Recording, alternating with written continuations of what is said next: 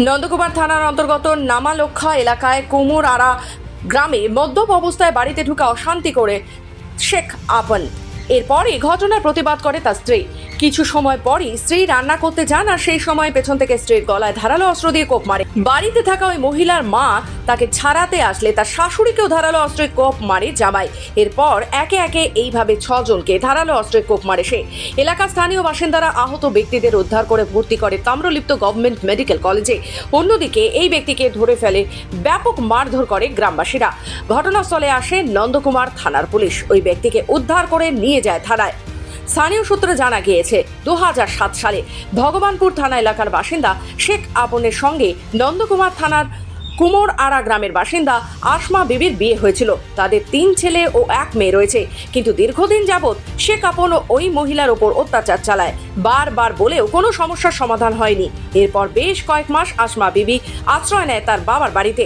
মঙ্গলবার দুপুর নাগাদ শেখ আপন মদ্যপ অবস্থায় তার শ্বশুর বাড়িতে ঢুকে অশান্তি করায়। আসমা বিবি প্রতিবাদ করে, যার ফলে ঘটে এই ঘটনার জেরে এলাকায় ছড়িয়েছে চাঞ্চল্য।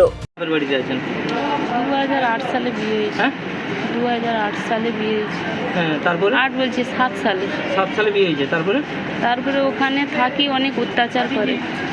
অত্যাচার করার পরে আমাকে রায়পুর নিয়ে যায়।